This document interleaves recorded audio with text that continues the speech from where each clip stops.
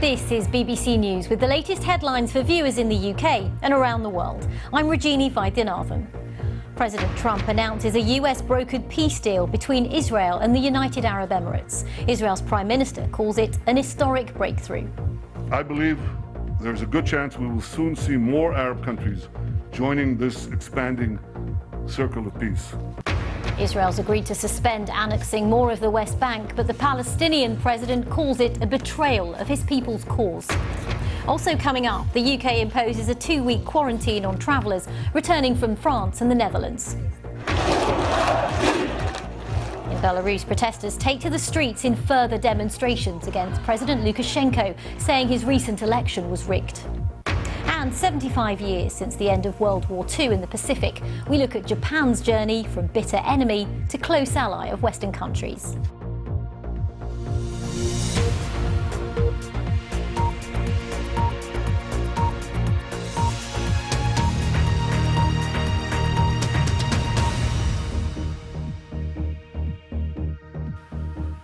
In what's being seen as an historic agreement, Israel and the United Arab Emirates have reached a deal to normalise relations.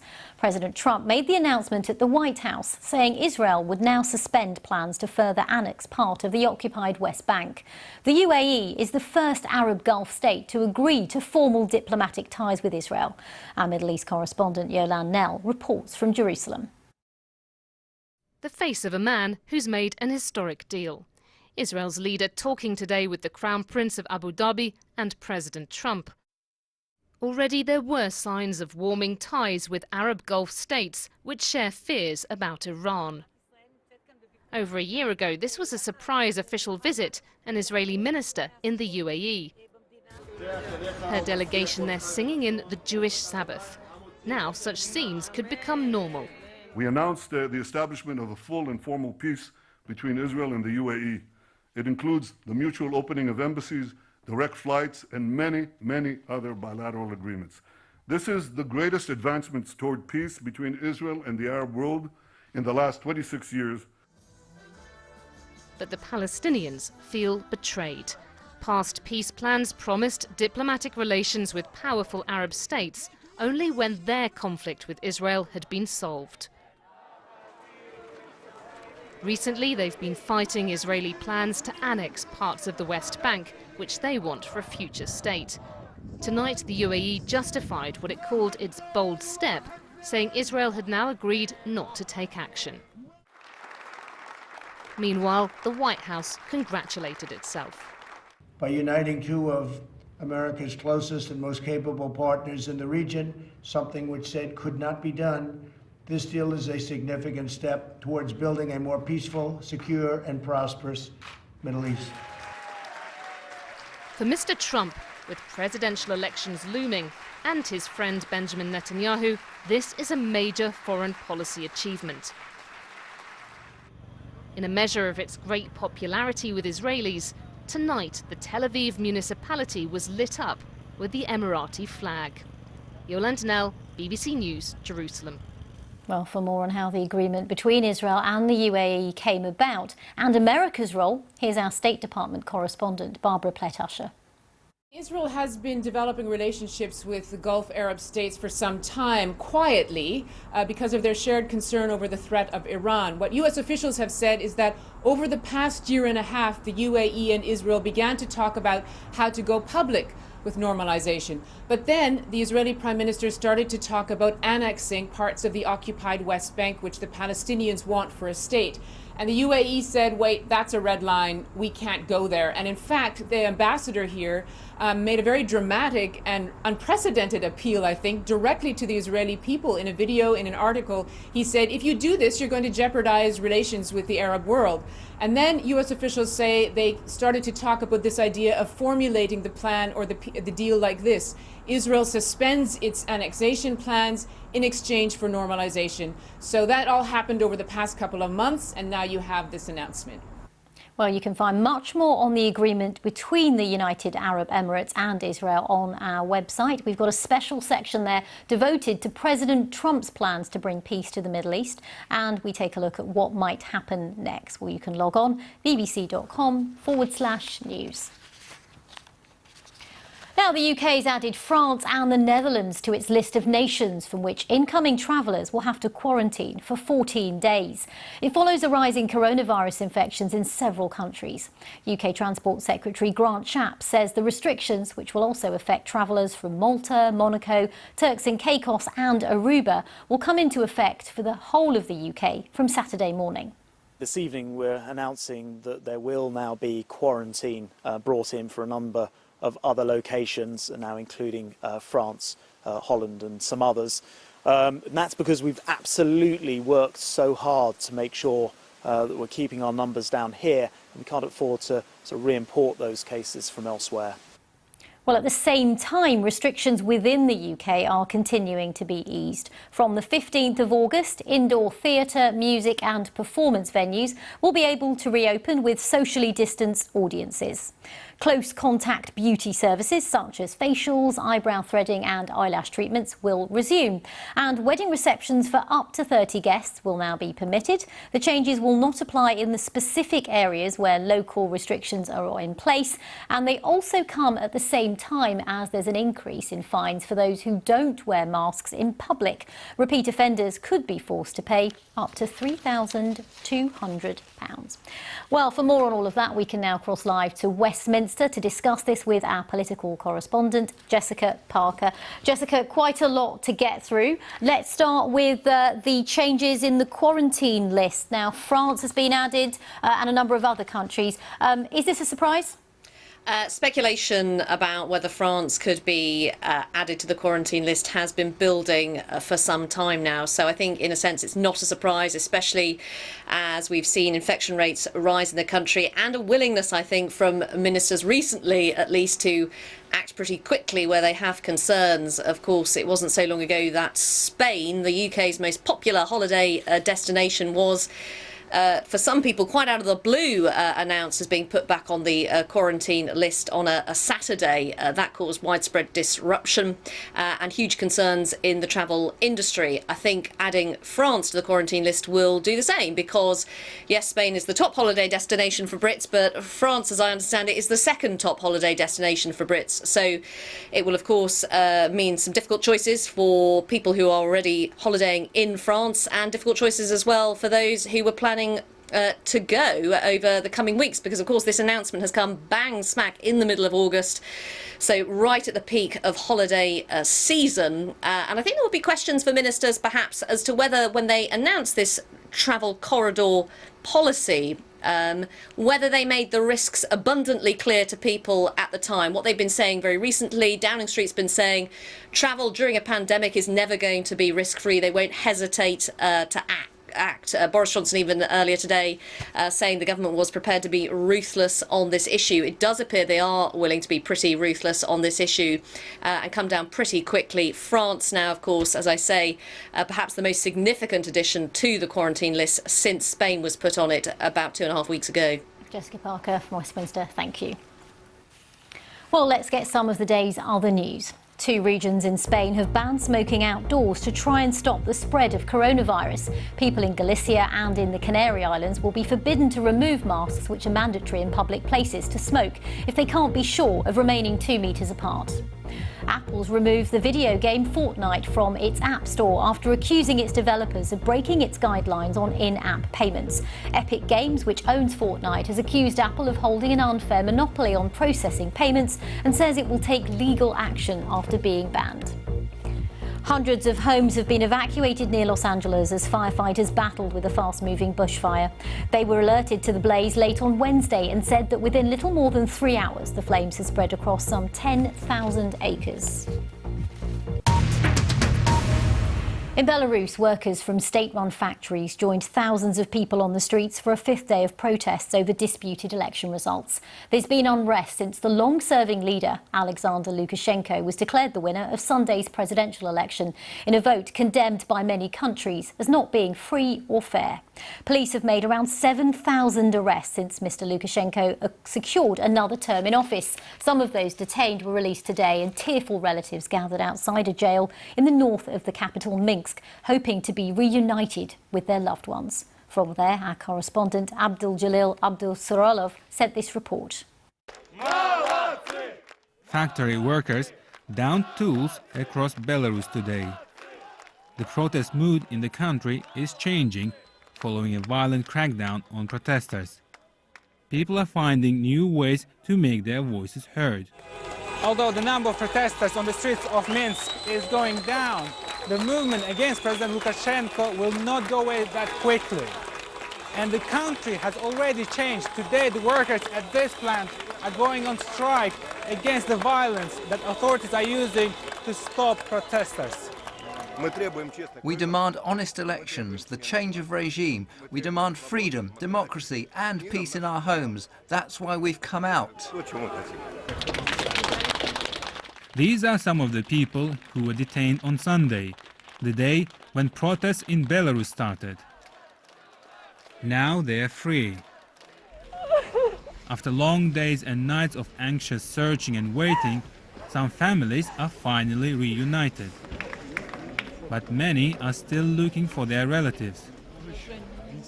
People in the crowd show the men photos of family members on their phones in desperate hope that someone will have shared their cell with their loved ones. This woman is looking for her son, who was detained on Monday. We've been searching for him for 3 days. He has 3 small children at home, she says. For former detainees, the memories of their experience in detention centers will likely haunt them for many years. People told us about brutal beatings and torture that detainees face inside. They beat people ferociously, with impunity, and they arrest anyone. The cells are overcrowded. We were forced to stand in the yard all night. We could hear women being beaten. I don't understand such cruelty. When men get arrested, it's the women who now go out onto the streets. The brutal crackdown here has changed the protest movement, but didn't stop it.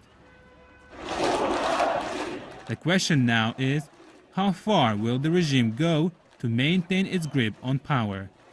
Abdujalil Abdurasulov, BBC News, Minsk.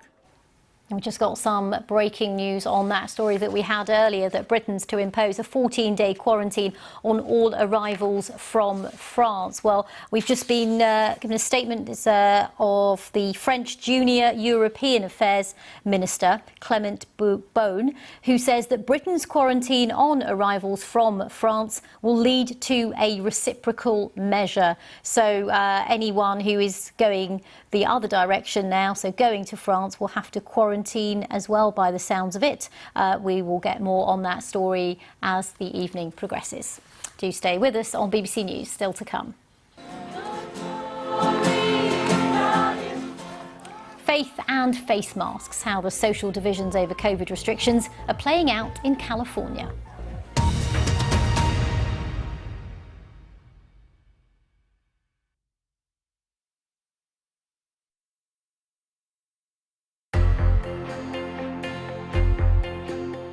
The big crowds became bigger as the time of the funeral approached. As the lines of fans became longer, the police prepared for a huge job of crowd control.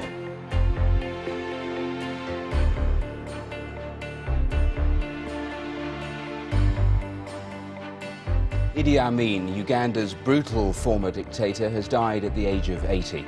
He's been buried in Saudi Arabia, where he lived in exile since being overthrown in 1979.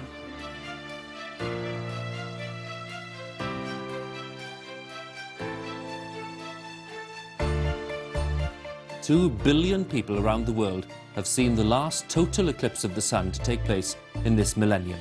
It began its journey off the coast of Canada, ending 3 hours later when the sun set over the Bay of Bengal.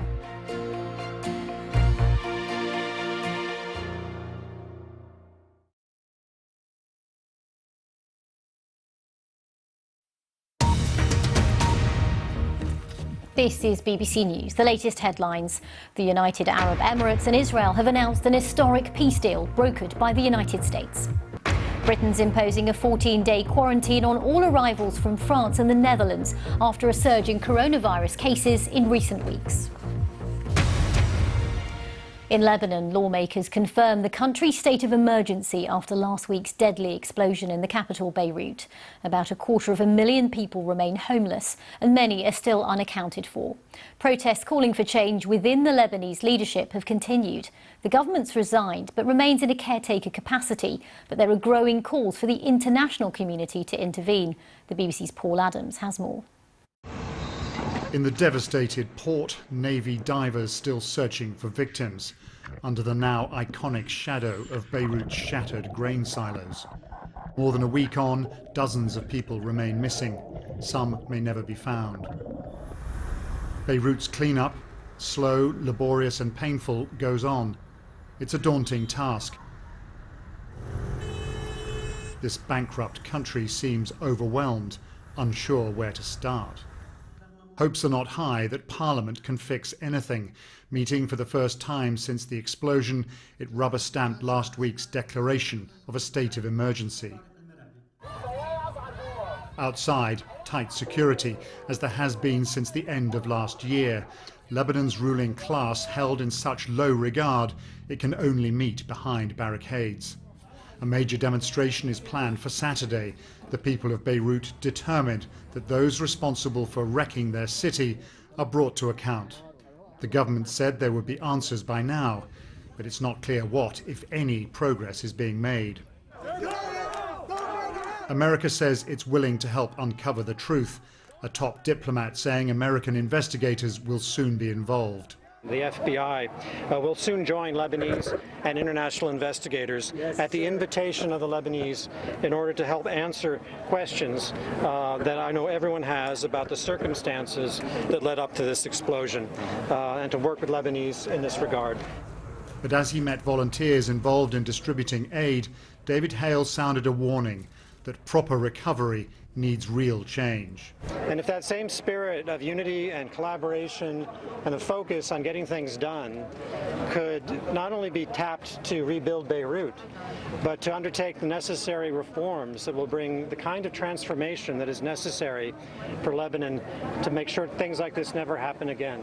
The economic and fiscal reforms that are needed, the end to dysfunctional governance and empty promises. The medical challenge remains immense, with several of Beirut's hospitals still out of action. Many of the 6,000 people injured are still being treated in makeshift clinics like this Jordanian field hospital. To make matters worse, the World Health Organization says it's worried that coronavirus cases could rise in the wake of last week's explosion. Paul Adams, BBC News, Beirut. Coronavirus deaths in the US are nearing 170,000, the highest total in the world. On Wednesday, nearly 1,500 fatalities were reported, the biggest increase this month. The director for the Centre for Disease Control has warned of dire consequences if Americans don't follow COVID-related recommendations. That includes washing hands, social distancing and wearing masks. But that last one has become an increasingly divisive issue in a country that's now reported more than 5.2 million infections. From Southern California, Sophie Long reports.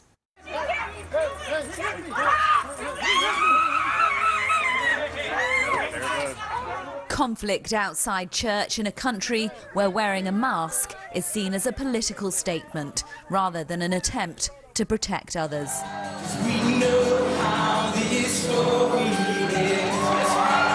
Inside Godspeak Calvary Chapel in Ventura County, people worship in open violation of both state and local orders put in place to slow the spread of the virus. Before we begin our time of worship, and yes, I did say the word worship, which now makes us in violation. They've devastated our families. Our children haven't been able to graduate. They have no connection. And when a church is closed, there's a 5-time greater suicide rate. They don't even look at the emotional ramifications of what they're doing. This is draconian, and it's not right, and it has to stop. But nurses across the United States are protesting because 6 months into this pandemic and they still don't have enough equipment to enable them to look after COVID patients safely. It means that we're getting sick. If we do everything right, we're still going to get sick. But now we don't have the personal protective equipment to even protect halfway. We're losing nurses because we are not protecting them from the COVID patients. Yet a manufacturer willing and able to make much-needed masks says their efforts are being frustrated. They don't have the proper permits for their Chinese imported machines, so authorities have shut off their power, citing safety concerns. It's forced them to work off expensive generators and slowed production. We have invested all our sweat and tear and investment into this, thinking that we can contribute a little bit of our effort to be able to have quality PPE products here. With so many levels of difficulty, they would rather buy everything, auto products, cheaper in China. As clinicians struggle to cope in California's hospitals, people congregate illegally in Orange County. Hundreds of people have gathered on this beach tonight. Very few of them are wearing masks. No one is practicing social distancing. They've come here to worship and to be with God, and that, they say, is more powerful than any pandemic. As people are baptized in the sea, police officers are present, but do nothing. Have you come to shut it down? No, we're just here to make sure everybody's safe. And are they safe there? I mean, no one's got face masks on and social distancing. We're just here safety-wise as far as making sure nobody trips on these rocks.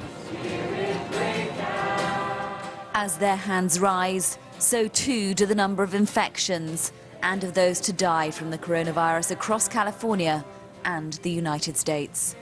Sophie Long, BBC News, Newport Beach. This weekend marks 75 years since Japan's surrender in the Second World War. Once the fighting ended, the US occupied Japan, imposing a constitutional democracy on the former empire, something that shaped international relations in the region for decades to come. Well, as part of our coverage to mark the event, we're examining how Japan went from an enemy to a friend of Western countries. Well, let's talk more about this with historian and author Paul Letters, who joins us from New South Wales in Australia. It's very good to have you with us. Why is this so significant so many years on? There's many people who may not even know about this part of history. Well, I think you're right to put the emphasis on the 75 years since then, but really the relations between Japan, the good relations between Japan and the West today, were forged in those first few years after World War II. So in that first 7 years or so, that really shaped much of the international relations today. The US, of course, occupied Japan from 1945. Until 1952 under General MacArthur, and they in effect imposed a pro-American, pro-Western style of government and political system on Japan. At first, the emphasis was on disarming Japan so that it could not obviously be hostile again.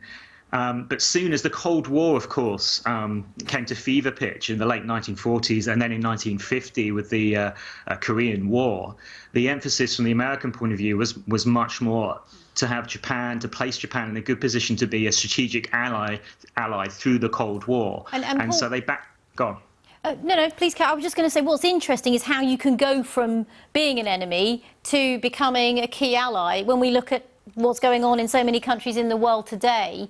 What lessons can be learnt? Yeah, you could say this was the US's sort of first attempt at nation building abroad, and relatively successful. It was interesting. MacArthur had choices he could make. Even within the US side, there were those who wanted to maintain many traditional elements of the Japanese political system, but he ignored those voices, used American advisors who generally actually had less experience with Japan, but were more in favor of a full liberal democracy with full human rights being set up there. On the Japanese side, it might be surprising to hear, but there were actually many within the political and intellectual elite who just looked at the matter in a very pragmatic way. The traditional Meiji Constitution of Japan had ended in abject failure with defeat in World War II. They looked at America, they saw the wealth and power, they saw success. So they wanted that model. Interesting. And so, go on. And we now call it Victory over Japan Day. Now that Japan's an ally, is that term quite helpful in our current conversation? Probably not, to be honest. I mean, I think obviously there are still veterans from the war alive today, and we should remember their sacrifices and the hardships and so on. But as well as doing that, I think we can focus on the peaceful and prosperous and positive nation that Japan has become ever since 1945. Obviously not involved in any wars, whereas if we look at the UK or the US, they've been involved in many. And I believe you're speaking to us from a school. How will you be marking things this weekend? Well, to my knowledge, the sort of official commemorations are mute by the COVID situation. The Australian War Memorial in Canberra will be marking the occasion, and for me here at a school, it's just about educating and talking about these issues. Paul Letters, thank you very much for joining us. Thank you. Well, you can reach me on Twitter. I'm at BBC Rajini V. Do stay with us for the latest news here on BBC News.